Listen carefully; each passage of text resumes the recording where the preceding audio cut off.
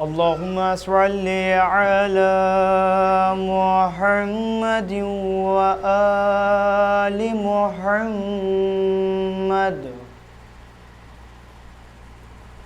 أعوذ بالله من الشيطان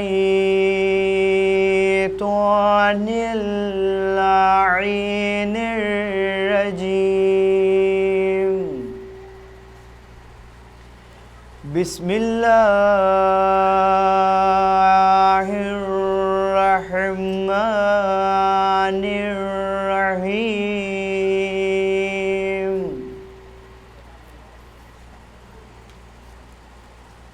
قد أفلح المؤمنون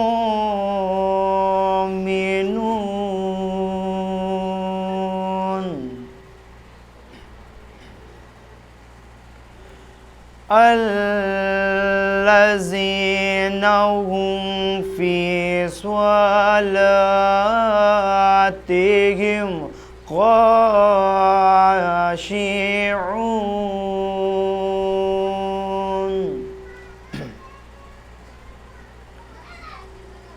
والذين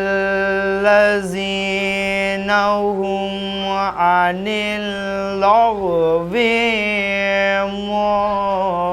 معرضون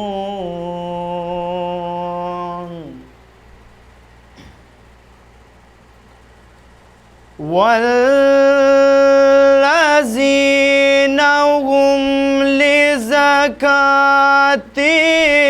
فاعلون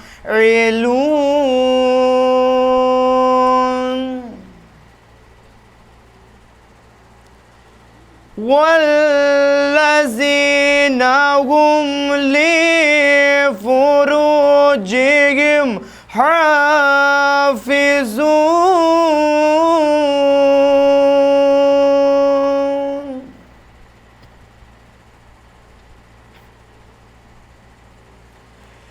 إلا على أزواجهم أو ما ملكت أيمانهم فإنهم غير ملومين.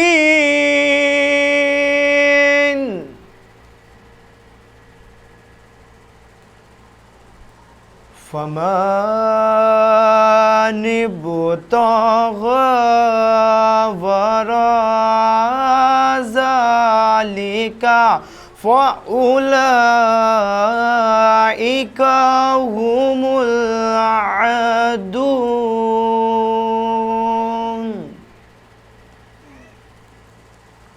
والذين هم لأمانتهم وعهدهم راعون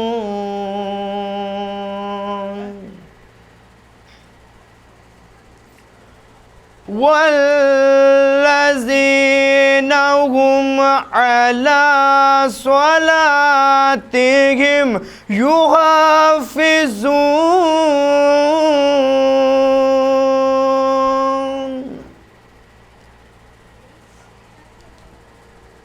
أولئك هم الوارثون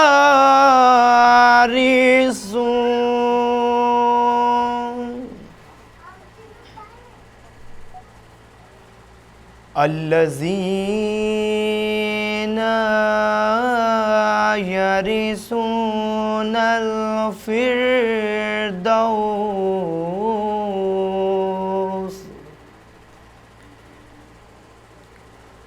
هم فيها خالدون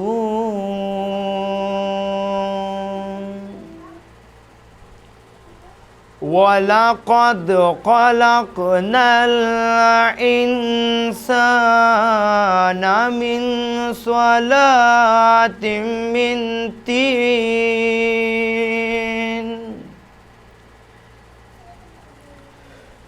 ثم جعلناه نطفة في قرار مكين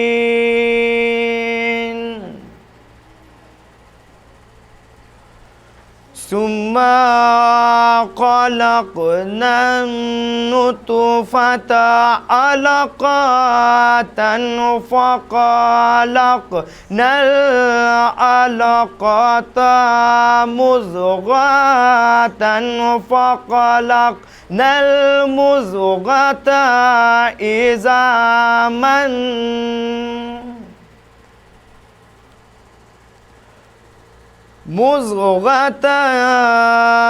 عظاما فكسونا العظام لحما ثم انشأناه خلقا آخر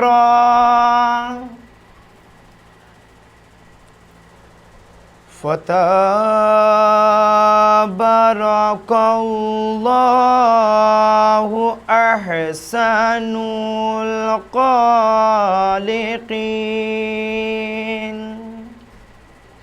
صدق الله العلي العظيم وصدق رسوله النبي الكريم ونحن على ذلك من الشاهدين ربنا تقبل منا إنك أنت السميع العليم اللهم صل على محمد وآل محمد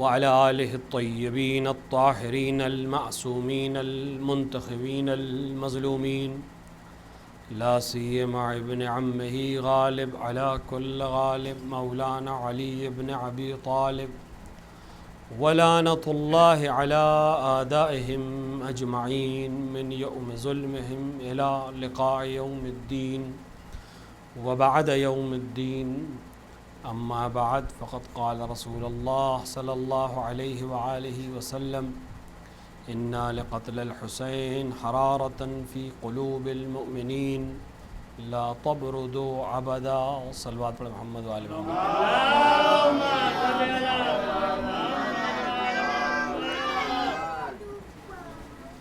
رسول اکرم کی بہت ہی مشہور و معروف حدیث ہے جس کا تعلق امام حسین علیہ الصلوۃ والسلام کی شہادت سے ہے کہ آپ نے ارشاد فرمایا کہ بے شک قتل حسین سے مومنین کے دل میں ایک ایسی آگ لگے گی جو کبھی ٹھنڈی نہیں ہوگی. رسول اکرم نے یہ جملہ اس وقت ارشاد فرمایا کہ جب امام حسین شہید نہیں ہوئے تھے بلکہ 6 یا 7 برس کے سن میں رسول کی گود میں تشریف فرما تھے، اور اس وقت رسول نے یہ جملہ ارشاد فرمایا، اور مختلف ائمہ نے اور مختلف راویوں نے اور مختلف علماء نے ہم تک پہنچایا، اور زمانے کے نشیب و فراز نے رسول کی اس حدیث کو عملی جامہ پہنتے ہوئے دیکھا کہ ہر طرح کی حکومت آئی، ہر طرح کے حالات آئے، ہر طرح کی مصیبتیں آئیں، ہر طرح کی پریشانیاں آئیں، سب کچھ رک گیا، سب کچھ بدل گیا، سب کچھ ٹھہر گیا، لیکن اگر کوئی چیز نہیں ٹھہری تو وہ غم حسین علیہ الصلوۃ والسلام. ہم نے داستانیں سنی تھیں، ہم نے قصے سنے تھے، ہم نے کہانیاں سنی تھیں، ہم نے فضائل سنے تھے، لیکن ہمیں یہ معلوم نہیں تھا کہ ہم بھی شاید اس حدیث کے عینی شاہد بنیں گے. لیکن ہم اس دور میں آج جی رہے ہیں، اس صدی کے اس سال میں، کہ جب ہم دیکھ رہے ہیں کہ دنیا کی ہر چیز رک گئی، تجارتیں رک گئیں، حکومتیں رک گئیں، شہر بند ہو گئے، آفس اور کاروبار بند ہو گئے، لیکن جیسے ہی محرم کا چاند نمودار ہوا مومنین کے دل مضطرب ہو گئے، اور انہیں نہ پھر اب کسی کام کی پرواہ تھی، نہ کسی چیز کی پرواہ تھی. انہیں اگر کوئی پرواہ تھی تو وہ تھی امام حسین کی عزاداری کو برپا کرنا. یہ بے شک رسول کی حدیث ہے، اور ہم اس کو عملی جامہ پہنتے ہوئے صدیوں سے دیکھ رہے تھے، سن رہے تھے. آج ہم اس کے باقاعدہ شاہد ہیں کہ امام حسین علیہ الصلوۃ والسلام کی شہادت سے مؤمنین کے قلب میں ایک حرارت پیدا ہوگی جو کبھی ٹھنڈی نہیں ہوگی. اس حدیث میں بہت سی باتیں ہیں جس کے اوپر گفتگو کی جا سکتی ہے. حرارت سے مطلب کیا ہے؟ کون سی آگ ہے؟ کس آگ سے تعبیر کیا جا رہا ہے؟ قلب سے مراد کیا ہے؟ رسول کیا کہنا چاہ رہے ہیں اس میں؟ وہ انسان جو واقعاً اس حرارت کو محسوس کر رہا ہے اس کی کیا ذمہ داری ہے، اور وہ انسان جو اس حرارت کو محسوس نہیں کر رہا ہے اس کو کیا کرنا چاہیے؟ بہت دفعہ ہوتا ہے، ہم لوگ آپس میں دیکھتے بھی رہتے ہیں، ہوتا بھی ہے کہ بہت سے لوگ ہیں دنیا میں جن کو کوئی فرق نہیں پڑتا کہ امام حسین شہید ہو گئے، امام حسین کی اولاد شہید ہو گئی، امام حسین کے اصحاب شہید ہو گئے، ان کو کوئی فرق نہیں پڑتا. ہم اور آپ ممکن ہے تعجب کی نگاہ سے ان کو دیکھیں کہ بہت سے لوگوں کو فرق پڑتا ہے، ان کو کیوں نہیں پڑتا؟ یہ اپنے آپ کو کلمہ پڑھنے والے مسلمان بھی کہتے ہیں، یہ رسول کی امتی بھی کہلاتے ہیں، لیکن ان کو امام حسین کی شہادت سے کوئی فرق نہیں پڑتا. تو ہمیں اور آپ کو گھبرانے کی کوئی ضرورت نہیں ہے. رسول اکرم نے حدیث میں یہ نہیں کہا تھا کہ مسلمانوں کے دل میں حرارت جاگے گی، رسول اکرم نے کہا تھا مومنین کے دل میں حرارت ہوگی. اگر رسول اللہ نے کہا ہوتا کہ مسلمانوں کے دل میں حرارت ہوگی تو ہمیں تعجب ہونا چاہیے تھا. لیکن اگر کسی کے دل میں حرارت ہے اور کسی کے دل میں حرارت نہیں ہے تو یہ ہمارے اور آپ کے لیے ناپنے کا ایک آلہ ہے. جس کے دل میں حرارت موجود ہے وہ رسول کی اس حدیث کے ذیل میں مومن کا دل رکھتا ہے، جس کے دل میں حرارت نہیں ہے وہ اپنا نام کچھ بھی رکھ لے مومن نہیں ہو سکتا. ایک صلوات پڑھے محمد وآل محمد۔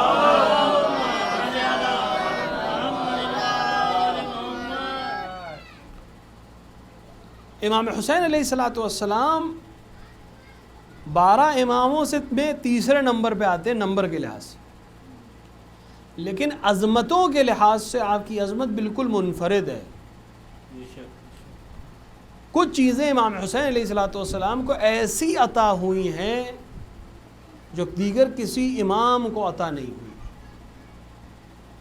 حتیٰ امام حسین سے افضل جو 4 ذوات ہیں، اس میں کوئی شک نہیں ہے کہ کائنات میں، خدا کی بنائی ہوئی اس کائنات میں 4 ذوات ایسی ہیں جو امام حسین سے بھی افضل ہیں۔ رسول اکرم امام حسین سے افضل ہے، امیر المؤمنین امام حسین سے افضل ہے، صدیقہ طاہرہ امام حسین سے افضل ہے، امام حسن مجتبیٰ امام حسین سے افضل ہے۔ یہ 4 ذوات امام حسین سے افضل ہیں، لیکن اس کے باوجود کچھ چیزیں خداوند عالم نے امام حسین کو ایسی عطا کی جو ان کو بھی عطا نہیں کی۔ البتہ اس کا یہ مطلب نہیں کہ امام حسین ان سے افضل ہو جائیں گے، نہیں، وہ افضلیت اپنی جگہ پہ رہے گی، عطا خدا کی ان کے لیے الگ ہے۔ اور اس کی وجہ یہ کہ امام حسین نے جو عمل انجام دیا وہ ان باقیوں نے انجام نہیں دیا، یا ان کے لیے ایسے ماحول نہیں آیا کہ وہ ایسا عمل انجام دیتے۔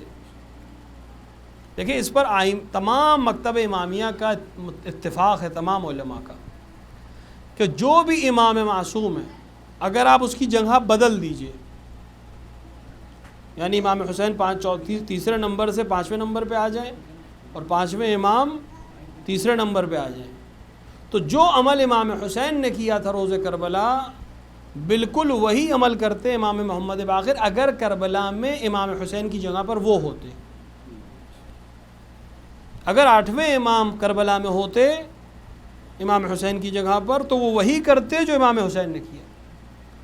اگر حضرت علی 8ویں امام کی جگہ پہ ہوتے تو وہ وہی کرتے جو امام رضا نے کیا، کیونکہ امامت کے لحاظ سے ان میں آپس میں کوئی فرق نہیں ہے۔ لیکن اب جس امام نے جس ماحول میں جو عمل کیا، خداوند عالم نے اس سے وہی چاہا تھا، اور جب اس نے وہ عمل انجام دیا تو اس کو جو مقام اور مرتبہ ملنا چاہیے تھا اس عمل کے نتیجے میں وہ دیا گیا۔ امام حسین علیہ السلام کو جو عظمتیں دی گئی ہیں وہ اس عمل کے نتیجے میں ہیں جو آپ نے انجام دیا ہے۔ کیا کیا دیا گیا؟ امام حسین علیہ السلام کا معاملہ بالکل الگ ہے، اور یہ بات ہم نے نہیں، رسول اکرم اور دیگر ائمہ اور ہمارے علماء کے تمام عمل میں سمجھ میں آتا ہے کہ امام حسین کے معاملات کو آپ دوسرے معاملات سے بالکل نہیں کمپیئر کر سکتے، مقابلہ نہیں کر سکتے کہ یہ ایسے اور تو یہ ایسے، دونوں کا مقابلہ کریں، نہیں، مقابلہ ہے ہی نہیں۔ امام حسین کا کسی سے مقابلہ نہیں ہے، بالکل مستثنا شخصیت ہے۔ جس طرح فضائل میں مستثنا ہے اسی طرح عمل میں مستثنا ہے۔ جو کام امام حسین نے کیا کسی اور نے کیا ہی نہیں، دنیا میں کسی نے نہیں کیا۔ اسی لیے خداوند عالم نے وہ چیزیں عطا کی جو کسی کو عطا نہیں کی۔ حتیٰ شریعت کی بہت سی چیزیں، دیگر چیزوں کے لیے حکم الگ ہے، امام حسین کے لیے حکم الگ ہے۔ میں واضح کر دوں اپنے جوانوں کے لیے، شریعت محمدی میں مٹی کھانا حرام ہے، آپ مٹی نہیں کھا سکتے، مٹی کھانا مطلقاً حرام ہے۔ اگر آپ کو خدا نصیب کرے اور آپ جائیں قبر رسول کے اوپر مدینہ منورہ میں، تو اگر آپ اس قبر پر جانا آپ کو نصیب اگر ہو جائے تو آپ اس قبر کو چوم سکتے ہیں، آنکھوں سے لگا سکتے ہیں، لیکن اس قبر کی مٹی اٹھا کے منہ میں نہیں رکھ سکتے۔ امیر المومنین کی قبر کی مٹی چوم سکتے ہیں، آنکھوں سے لگا سکتے ہیں، اس کا ڈھیلا اٹھا کے منہ میں نہیں رکھ سکتے، شریعت میں جائز نہیں ہے۔ جناب صدیقہ طاہرہ کی قبر کی مٹی منہ میں نہیں رکھ سکتے، امام حسن علیہ السلام کی قبر کی مٹی منہ میں نہیں رکھ سکتے، باقی ائمہ بقیع میں دفن ہیں ان کی قبر کی مٹی بھی منہ میں نہیں رکھ سکتے۔ تو کائنات کی کوئی زمین کی مٹی، حتیٰ خانہ کعبہ کے نیچے کی خاک اگر آپ کو مل جائے تب بھی آپ منہ میں نہیں رکھ سکتے، شریعت محمدی میں حرام ہے۔ مگر اس تمام حرمتوں کے باوجود قبر حسین ابن علی کی مٹی نہ صرف کھانا جائز ہے بلکہ عید کے دن علماء نے لکھا ہے کہ عید الفطر کے دن کے اعمال میں ہے کہ انسان خاک شفا سے افطار کرے۔ تو شریعت جہاں پر آ کے بدل رہی ہے وہاں عام انسان یا دیگر آ کر کیسے حسین ابن علی سے مقابلہ کر سکتے ہیں؟ شریعت کا حکم الگ ہو رہا ہے۔ اسی لیے اگر کوئی انسان آ کر تقابل کرتا ہے کہ امام حسین کی عزاداری مثلاً مستحب ہے اور فلاں عمل واجب ہے، تو اس نے نہ عزاداری سمجھی ہے نہ اس عمل کو سمجھا ہے، کیونکہ ان میں آپس میں مقابلہ ہی نہیں ہے۔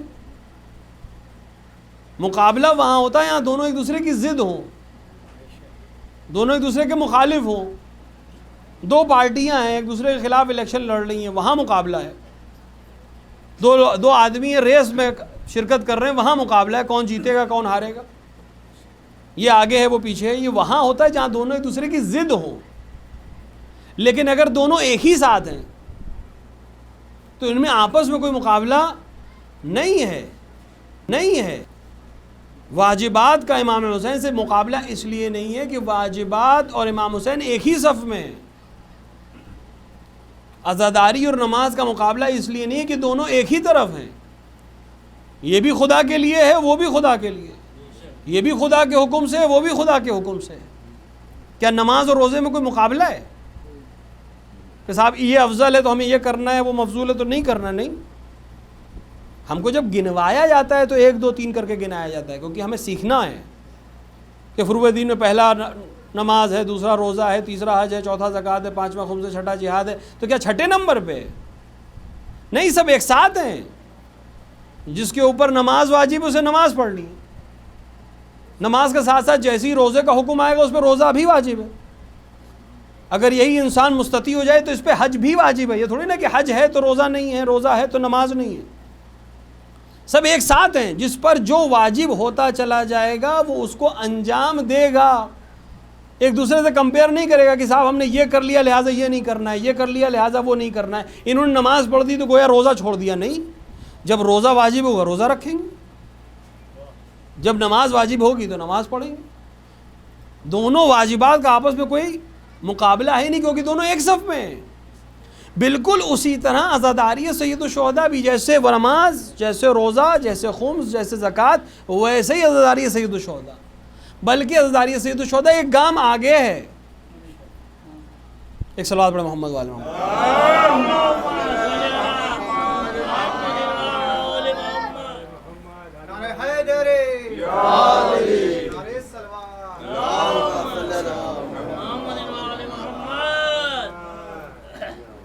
عزاداری سید الشہداء نہ صرف یہ قابل تقابل نہیں ہے،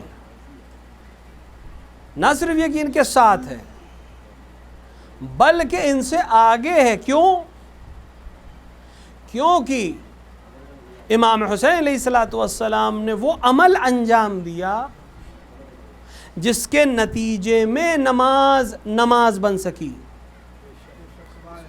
جس کے نتیجے میں روزہ بن سکا، جس کے نتیجے میں حج ہو سکا، جس کے نتیجے میں آج ہمیں حرام اور حلال کا فرق معلوم ہے۔ میں مثال دوں، کیا امام حسین کے زمانے میں نماز نہیں پڑھی جا رہی تھی؟ نماز پڑھی جا رہی تھی۔ امام حسین کو جو لوگ قتل کر رہے تھے وہ بھی نماز پڑھ رہے تھے، خوب یہ بھی نماز پڑھ رہے ہیں، امام حسین بھی نماز پڑھ رہے ہیں، ہم بھی نماز پڑھ رہے ہیں، آج جو مسلمان ہے وہ بھی نماز پڑھ رہا ہے، سب نماز پڑھ رہے ہیں۔ تو ایک نمازی وہ ہے جو حسین کا قتل کرنے والا ہے ظاہری، اور ایک نمازی وہ ہیں جو حسین کے ساتھ قتل ہو رہے ہیں۔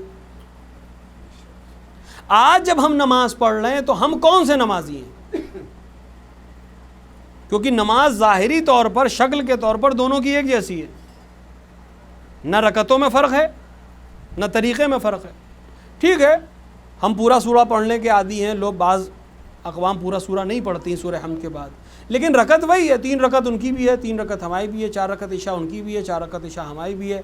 نہ امام حسین کے مقابلے والوں نے نماز آگے پیچھے کی تھی، نہ امام حسین کے لشکر نے کی تھی، لیکن نماز دونوں پڑھ رہے تھے۔ نماز آج ہم بھی پڑھ رہے ہیں۔ امام حسین کو قتل کرنے والے بھی نماز پڑھ رہے تھے۔ تو اگر صرف نماز کو ہم دیکھیں گے تو ہمیں معلوم نہیں ہو پائے گا کہ ہم حق پر ہیں یا نہیں ہیں، کیونکہ ظاہراً نماز پڑھنے والے تھے جو حسین کو قتل کر رہے تھے۔ ہمیں کیسے یقین ہو کہ ہماری نماز وہی نماز ہے جو حسین ابن علی کی نماز تھی یا جو حق والی نماز تھی؟ کیونکہ یہ تو طے ہے کہ جو امام حسین کو قتل کر رہا ہے وہ حق پہ نہیں ہے، تو اس کی نماز پڑھنے کا کوئی فائدہ اس کو حاصل نہیں ہو رہا ہے، کیونکہ وہ نماز پڑھ رہا ہے اور حسین ابن علی کو قتل کر رہا ہے۔ جس رسول کا کلمہ پڑھ رہا ہے اسی کے نواسے کو قتل کر رہا ہے۔ بات صرف نماز تک نہیں ہے، تاریخ پڑھیں، تاریخ میں کوفے میں 4 مسجدیں بنائی گئیں قتل حسین ابن علی کی خوشی میں اور شکر میں، چاروں مسجدوں کے نام محفوظ ہیں۔ تو اس سے اطمینان نہ ہو جائے کہ نماز پڑھتا ہے، اس سے اطمینان نہ ہو جائے کہ مسجدیں بناتا ہے، یہ معلوم کرنا ہے کہ نماز کون والی نماز پڑھ رہا ہے۔ تو آج حسین ابن علی تو ہے نہیں، آج حسین ابن علی تو ہے نہیں، ظاہری طور پر جسمانی طور پر ہمارے سامنے نہیں ہے، تو ہمیں پتہ کیسے چلے کہ ہماری نماز اس صف کی نماز ہے یا اس صف کی نماز ہے؟ نعرہ سلوات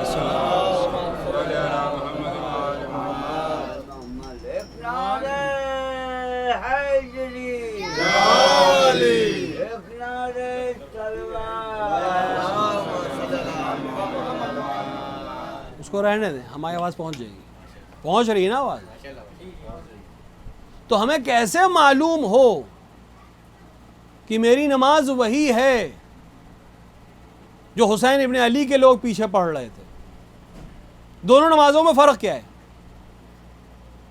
دونوں طرف جماعت ہو رہی ہے، دونوں نمازوں میں سب سے بڑا فرق کیا ہے جو عام ظاہری نگاہ بھی دیکھ سکتی ہے؟ دونوں نمازوں کا سب سے بڑا فرق ان کا امام ہے۔ ایک کا امام عمرو بن سعد ہے، ایک کا امام حسین ابن علی ہے۔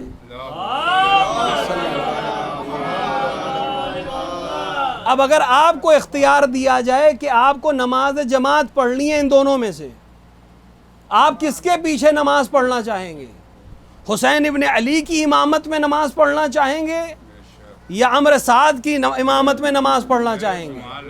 تو آج کیسے معلوم ہو کہ ہم جو نماز پڑھتے ہیں وہ حسین ابن علی کے پیچھے پڑھی جانے والی نماز ہے؟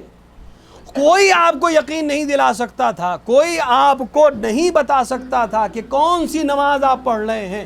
اس کی ضمانت یہ عزاخانہ ہے ہمارے گھر میں، جس کے گھر میں عزاخانہ ہے گویا حسین ابن علی اس کے گھر میں موجود ہیں۔ اب جب وہ نماز کے لیے تکبیر کہتا ہے گویا حسین کے پیچھے نماز پڑھنے کے لیے تکبیر کہتا ہے۔ میں معلوم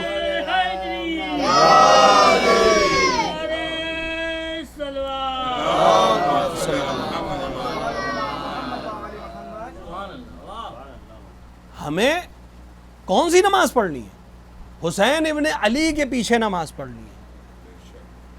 کیسے یقین ہو؟ جس کے گھر میں حسین ابن علی کا غم منایا جا رہا ہے، اس کا مطلب ہے اس کا ربط ہے حسین ابن علی سے۔ جب اس سے ربط ہے اور وہ ان کو امام مان رہا ہے تو نماز بھی ان کے پیچھے پڑھ رہا ہے۔ اطمینان اس کو ہو جائے کہ میری نماز وہی ہے جو حسین کے پیچھے لوگ پڑھ رہے تھے، میرا امام وہی ہے جو زہیر ابن قین کا امام تھا، میرا امام وہی ہے جو حبیب ابن مظاہر کا امام تھا، میرا امام وہی ہے جو مسلم ابن اوسجہ کا امام تھا۔ قرآن کہہ رہا ہے کہ ہر روز قیامت ہر قوم اس کے امام کے ساتھ پکاری جائے گی۔ ہمیں اور آپ کو اختیار ہے. ہمیں آپ سے مراد تمام امت مسلمہ کو اجازت ہے اپنا امام منتخب کرو. حسین کے ساتھ محشور ہونا ہے تو عزاداری کر کے بتاؤ کہ ہم حسین کے ساتھ ہیں. سبحان اللہ سبحان اللہ. تو عزاداری نماز کے مقابلے میں نہیں ہے. عزاداری نماز کی ضامن ہے کہ یہ نماز وہ نماز ہے جو حسین بچانا چاہتے تھے. ایک صلوات پڑھیں محمد وآل محمد.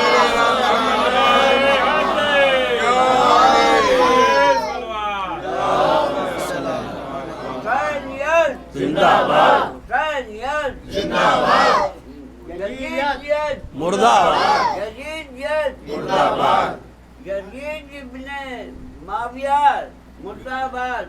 شمال لانا. نعرہ حیدری، نعرہ سلوات، اللہم صلی علی محمد وآل محمد. لہٰذا گھبرانے کی ضرورت نہیں ہے اگر ہندوستان کے بغل میں کسی ملک کے اوپر کسی زانی ابن زانی کے لیے زندہ باد کہہ دیا گیا. تاریخ میں ایسے بہت سے زندہ باد گزرے ہیں، لیکن تاریخ گواہ ہے کہ زندہ باد کون ہے. واہ واہ واہ واہ. ایک صحرا میں 30,000 کا لشکر کم سے کم کے مقابلے میں 70 لوگ کھڑے. 70 بھی جنگجو نہیں ہے سب. جس کا سب سے چھوٹا سپاہی 6 مہینے کا ہے، سب سے بڑا سپاہی 90 سال کا ہے. لشکر نہیں تھا کوئی. کسی جنگل میں 70 آدمی اگر قتل کر دیا ایک فوج تو یہ قصہ کتنے دن پتہ رہتا ہے لوگوں کو. لیکن آج کربلا سے تقریباً 4,500 کلومیٹر کی دوری پر لکھنؤ کے ایک چھوٹے سے محلے کے چھوٹے سے مکان میں اس واقعے کے 1380 سال گزرنے کے بعد بھی اگر ان 70 کا نام لیا جا رہا ہے تو معلوم ہے کہ زندہ باد کون ہے.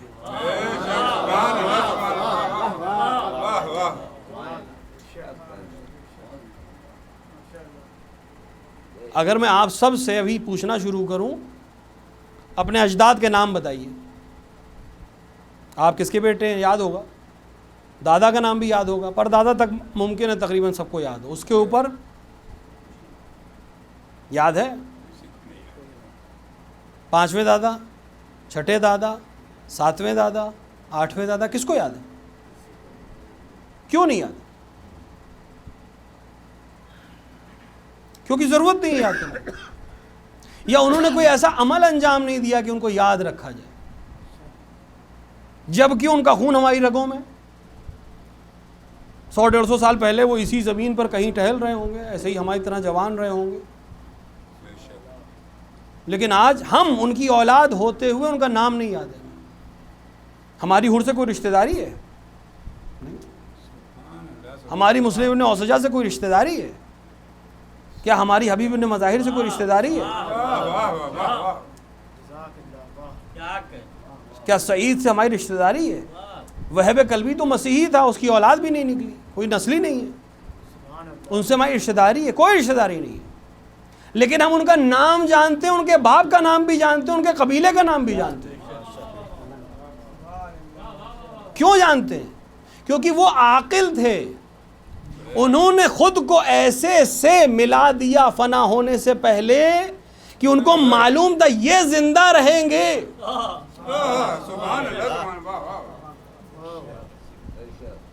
کیوں کربلا والوں کو موت اچھی لگ رہی تھی؟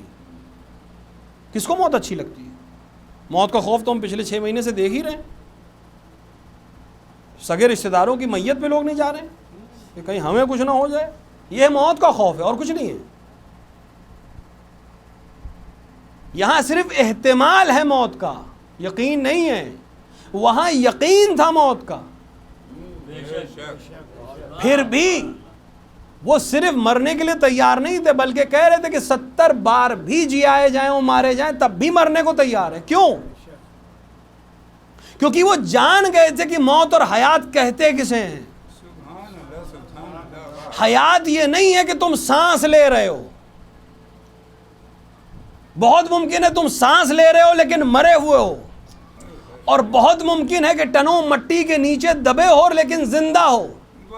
وہ اس فلسفے کو سمجھ گئے تھے کہ موت اور حیات دنیا میں چلنے کا نام نہیں ہے، سانس لینے کا نام نہیں ہے، بلکہ موت اور حیات الہی نمائندے کے ساتھ اپنے آپ کو اس طرح ضم کر دینے کا نام ہے کہ جب تک یہ الہی نمائندہ رہے گا ہمارا نام بھی زندہ رہے گا۔ سبحان اللہ، سبحان اللہ۔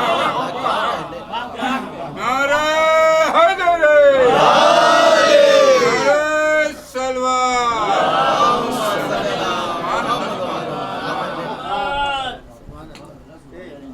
اگر زندہ رہ جاتے، ظاہری طور پر جسے ہم زندگی سمجھتے ہیں، کتنے دن زندہ رہتے؟ حسین کو چھوڑ کر چلے جاتے، کتنے دن زندہ رہتے؟ 10 سال، 20 سال، 30 سال، 50 سال، 100 سال؟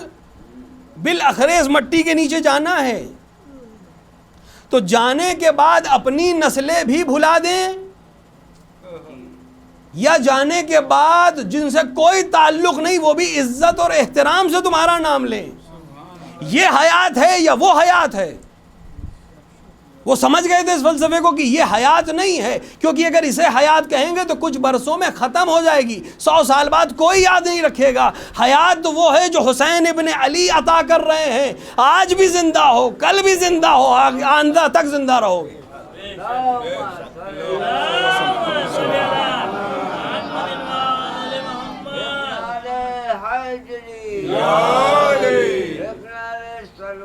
اللہم صلی علی محمد۔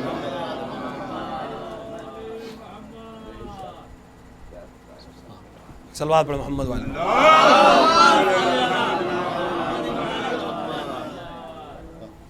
حیات وہ نہیں ہے جسے ہم زندگی سمجھ رہے ہیں۔ حیات اپنے آپ کو صاحب حیات کے ساتھ منظم اور اس پر فدا ہو جانے کا نام ہے۔ اپنے آپ کو ایسے فنا کر دو کہ اس کے علاوہ کوئی رہ نہ جائے۔ ایک ہی آدمی تقریر کرے تو اچھا ہے، ایک صلوات پڑھے۔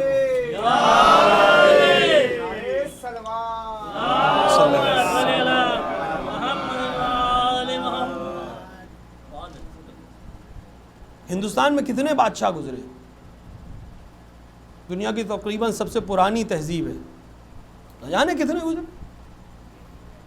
کھنڈروں میں نام نکل آیا تو نکل آیا، لیکن جو فلسفہ حیات سمجھ گئے تھے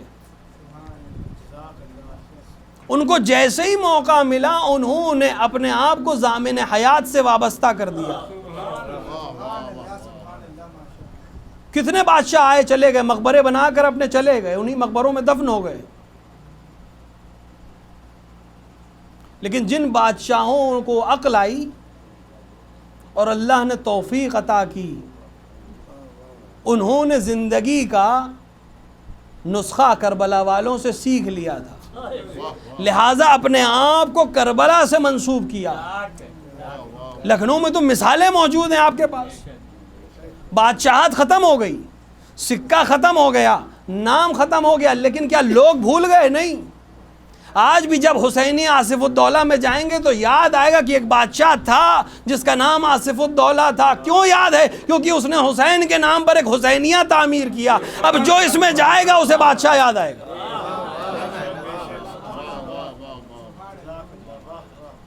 تاریخ نے نہ جانے کتنے شاعر دیکھے جو اپنے اشعار کے ساتھ اسی مٹی میں دفن ہو گئے، کسی کو نام بھی نہیں یاد۔ لیکن جسے حیات کا رمز سمجھ میں آ گیا اس نے اپنے اشعار حسین کی مدح میں کہنا شروع کیے۔ اب دنیا میں جہاں جہاں بھی اردو ادب کے جاننے والے ہیں وہ کچھ جانے نہ جانے میر غنیز کو پہچانتے ہیں، مرزا دبیر کو پہچانتے ہیں۔ کیوں پہچانتے ہیں؟ کیونکہ انہوں نے حیات کا رمز کربلا والوں سے سیکھ لیا تھا کہ زندگی سانس لینے کا نام نہیں ہے، زندگی حسین کے اندر اپنے آپ کو فنا کر دینے کا نام ہے۔ تم اس طرح فنا ہوگے کہ حسین تمہیں قیامت تک کے لیے زندہ کر دے گا۔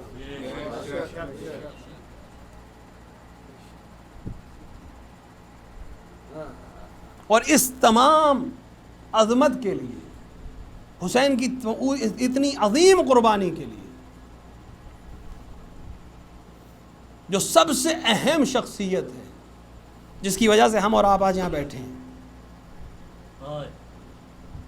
وہ کوئی اور نہیں ہے، شریکت الحسین زینب۔ زینب نے جو کام کیا ہے سلام اللہ علیہ،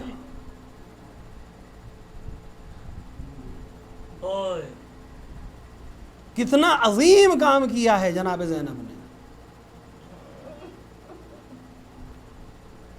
تاریخ کا اگر آپ مطالعہ کریں، مقابلہ کس سے ہے؟ مقابلہ ان سے ہے جنہوں نے رسول کو قتل کیا ہے اور چھپا لے گئے، کہ آج ہم اور آپ ابھی تک اس پہ بحث کر رہے ہیں کہ رسول کو شہید لکھیں یا وفات لکھیں۔ مقابلہ ان سے ہے جنہوں نے شہزادی کو قتل کیا، اور آج ہم بھی قاتلوں کا نام نہیں لے سکتے۔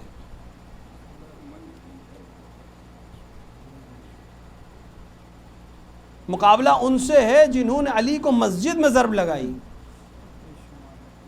اور صرف ایک قاتل کو مشہور کر دیا، اصل پوری بیلٹ شاید اپنوں کو بھی نہ معلوم ہوتا۔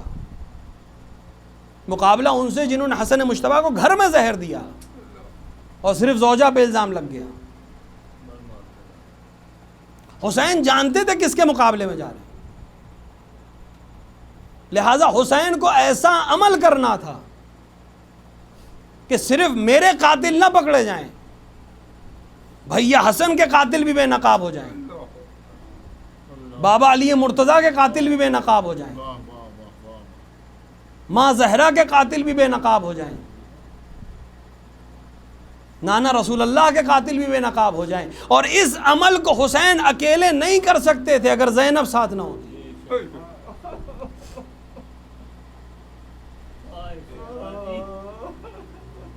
وہ تو آج ہمیں اور آپ کو سمجھ میں آ رہا ہے کہ حسین کیوں لے گئے تھے، اس وقت کسی کی سمجھ میں نہیں آ رہا تھا، ہر ایک یہی پوچھتا تھا۔ لہٰذا جیسے جس کی ذہنیت تھی حسین ویسے ہی جواب دیتے تھے۔ کبھی کہتے تھے خواب میں رسول اللہ نے کہا ہے، آج ہماری سمجھ میں آ رہا ہے کیونکہ واقعہ ہو گیا ہے۔ میں نے عرض کیا ایک جنگل میں 60-70 آدمیوں کو ایک فوج نے قتل کر دیا، فوج بھی سرکاری ہے، چھوٹی سی حکومت نہیں ہے، 60-70 ملک کے اوپر حکومت ہے اس کی۔ یہ تاریخ کو جیسے چاہتے موڑ دیتے۔ کتنا آسان ہوتا، ابن زیاد ایک خط یزید کو لکھ دیتا کہ فرزند رسول مکے سے کوفے کی طرف آ رہے تھے، کچھ ڈاکوؤں نے حملہ کر دیا، ہم بچانے گئے، جب تک پہنچے کام تمام ہو چکا تھا۔ آپ کیا کر لیتے؟ تاریخ بدلنے میں کتنی دیر لگتی ہے؟ لیکن حسین جانتے تھے کہ یہ کر سکتے ہیں، لیکن ایسے نمائندے کو چھوڑ کر جا رہے تھے کہ یہ چاہ کر بھی یہ نہیں کر سکتے، اور جسے وہ اپنی جیت کا جشن سمجھ رہے تھے وہی ان کی ہار کا مقام ملا۔ وہ تشہیر اس لیے کر رہے تھے کہ وہ اپنی جیت دکھانا چاہتے تھے۔ ٹھیک ہے جناب زینب سلام اللہ کی تشہیر ہو رہی تھی، لیکن حسین جانتے تھے کہ اسی تشہیر کے ذریعے حق اور باطل دنیا کے سامنے آ جائے گا۔ حسین نے جو عمل انجام دیا وہ عصر عاشور تمام ہو گیا، تمام سختیوں کے ساتھ تمام ہو گیا۔ جو شہید ہو کے گر گیا اس کے لیے آسان ہو گئی زندگی، کیونکہ وہ حیات جاویداں پا گیا، اب اس کے لیے کوئی مسئلہ نہیں پا گیا۔ اب اس کے حسین کا لشکر حسین کی شہادت کے ساتھ ختم ہو گیا، اب ایک نئی فوج کھڑی ہوگی۔ یہ فوج زینب کی فوج ہے، لیکن حسین کے لشکر اور زینب کے لشکر میں فرق ہے۔ حسین کے لشکر میں عباس تھے، حسین کے لشکر میں علی اکبر تھے، حسین کے لشکر میں حبیب ابن مظاہر تھے۔ زینب کا لشکر عجیب ہے، اس لشکر میں رباب جیسی بیوہ ہے، اس لشکر میں جناب ام لیلہ ہیں، اس لشکر میں کچھ دن کی بیاہی ام وہاب کی بہو ہے، اس لشکر میں ننھی سی سکینہ ہے، چھوٹے چھوٹے بچے ہیں، روایات میں ہے، اور خوش تاریخ کو جا کے خدا آپ کو جانا نصیب کرے، کربلا سے لے کر شام تک اتنی قبریں ہیں۔ یہ کن کی قبریں ہیں؟ یہ زینب کے لشکر کی قربانیاں ہیں۔ جو سواری گرتی تھی وہیں ختم ہو جاتی تھی۔ اس بچے میں اتنی سکت نہیں تھی کہ وہ اس گرمی اور شدت کو برداشت کر لیتا، لیکن زینب اس جنگ کو سر کرتی چلی جا رہی ہیں۔ ہاں زینب نے یہ لشکر تیار کیا، اور 11 محرم کو یہ لشکر جب تیار ہوا تو اب اس لشکر کو روانہ ہونا ہے۔ ہاں لشکر گھوڑے پہ سوار ہوتا ہے، لشکر اپنی آرائش کرتا ہے۔ زینب نے بھی چاہا کہ اپنا لشکر کی آرائش کرے، اور دشمنوں نے آ کر ایک بار گھیرا ہے۔ کتنا عجیب مرحلہ رہا ہوگا جناب زینب کے لیے۔ ایک بار مدینے کو یاد کیا ہوگا کہ کل جب بھائی کے ساتھ نکلنا چاہتی تھی تو محلے میں اس طرح سے بازار بند کر دیا گیا تھا کہ کوئی آ نہیں سکتا تھا، لیکن آج چاروں طرف نامحرموں کا مجمع ہے اور بیچ میں کچھ سیدانیاں ہیں۔ ارے وہ نہیں چاہتے تھے کہ آ کر سوار کریں۔ ایک بار زینب نے جلال میں آ کر کہا خبردار کوئی آگے نہیں بڑھے گا، زینب موجود ہے، زینب سوار کرے گی۔ ہاں اونٹ لائے گئے، بے کجاوا بے محمل اونٹ ہیں۔ زینب آگے بڑھی، ایک بار گھٹنے کو زمین پر ٹیکا، بھابھی رباب آئیے سوار ہو جائیے۔ میں نے جملہ پڑھ دیا لیکن اتنا آسان جملہ نہیں ہے۔ کس میں جرت ہے زینب کے پیر پہ پیر رکھ کے، لیکن یہ جلال ہے زینب کا، کوئی کچھ کہہ نہ سکا۔ ایک ایک بی بی آئی اور سوار ہوتی چلی گئی، یہاں تک کہ ماں کی کنیز فضہ بھی سوار ہو گئی۔ ایک بار زینب نے دیکھا اب میدان میں کوئی نہیں، کبھی یمین کبھی دائیں دیکھا، کبھی بائیں دیکھا، عجب نہیں اپنے بھائی حسین کو آواز دی ہو، اے حسین کہاں ہو؟ کل علی اکبر آگے بڑھے تھے، عباس آگے بڑھے تھے، آپ نے مجھے سوار کیا تھا۔ ہاں زینب کیسے سوار ہوئیں؟ یہ زینب ہی جاتی ہیں۔ میں نے مجلس کو تمام کیا، ہاں لیکن ابھی ظالموں کو صبر نہیں آیا ہے۔ ظالموں نے اس کاروان کو مقتل سے گزارنا شروع کیا۔ ہاں وہ مقتل کہ جہاں شہیدوں کے سر کٹے جنازے پڑے ہوئے ہیں، جن پر نہ لباس ہے نہ کفن ہے۔ ایک بار بیویوں نے یہ منظر دیکھا، اپنے آپ کو اونٹ کی بلندی سے گرانا شروع کیا۔ ارے جناب زینب نے اپنے آپ کو گرایا، گودی قتل گاہ میں گئیں، ایک جسم کو دیکھا جس پر اتنے زخم ہیں کہ کوئی پہچان نہیں سکتا۔ ایک بار خود ہی کہا کیا آپ ہی میرے بھائی حسین ابن علی ہیں؟ ایک بار ہاتھ کو جسم کے نیچے لے گئی، ہوا میں بلند کرنا چاہا، جس حصے کو اٹھاتی ہیں دوسرا حصہ زمین پر گر جاتا ہے۔ ایک بار آواز دی اللہم تقبل منا ھذا القربان، خدا ہم سے اس قربانی کو قبول فرما۔